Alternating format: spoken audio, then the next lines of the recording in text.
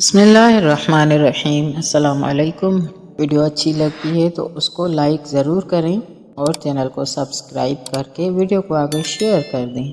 ایک دن امام حسین علیہ السلام کا گزر مساکین کے ایک گروہ کے پاس سے ہوا کہ مسکین لوگ ایک جگہ پر اپنی اباؤں کو بچھا کر ان پر خشک روٹیاں رکھے کھا رہے تھے۔ جب انہوں نے امام حسین علیہ السلام کو دیکھا تو آپ کو بھی کھانے کی دعوت دی۔ آپ علیہ السلام ان کے پاس بیٹھ گئے اور فرمایا، اللہ تعالیٰ متکبروں کو دوست نہیں رکھتا، اور اگر یہ صدقہ نہیں ہے تو میں تمہارے ساتھ کھاتا ہوں۔ پھر آپ نے فرمایا، میں نے تمہاری دعوت قبول کی، اب تم بھی میری دعوت قبول کرو، اور انہیں اپنے گھر لے گئے۔ پھر آپ علیہ السلام نے جناب رباب سے فرمایا، جو کچھ مہمانوں کے لیے ذخیرہ کر رکھا ہے لے آؤ، میں نے ان کی ضیافت کی ہے۔ آپ نے ان کو لباس عطا کیے اور نوازشات کے ساتھ روانہ فرمایا۔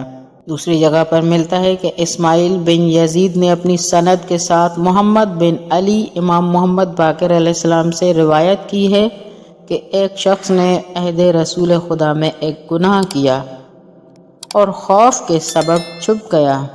جب اس نے حسن و حسین علیہ السلام کو راستے پر تنہا آتے ہوئے دیکھا تو اس نے دونوں شہزادوں کو اپنے کاندھوں پر بٹھا لیا اور رسول اکرم کی خدمت میں حاضر ہو کر عرض کیا، اے خدا کے رسول، میں نے جو گناہ کیا ہے اس کے لیے اللہ تعالیٰ اور آپ کے ان دونوں بیٹوں کی پناہ مانگتا ہوں۔ رسول خدا اس قدر ہنسے کہ دست مبارک اپنے منہ پر رکھ لیا اور فرمایا، جاؤ تم آزاد ہو۔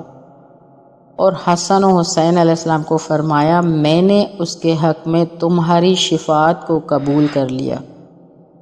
اس وقت یہ آیت نازل ہوئی، وَلَوْ أَنَّهُمْ إِذ ظَلَمُوا أَنفُسَهُمْ جَاءُوكَ فَاسْتَغْفَرُوا اللَّهَ وَاسْتَغْفَرَ لَهُمُ الرَّسُولُ لَوَجَدُوا اللَّهَ تَوَّابًا رَحِيمًا۔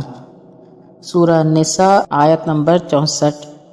اگر وہ خود پر ظلم کریں اور پھر تمہارے پاس آئیں اور اللہ سے استغفار کریں اور پیغمبر بھی ان کے حق میں استغفار کرے تو وہ اللہ کو توبہ قبول کرنے والا، رحم کرنے والا پائیں گے۔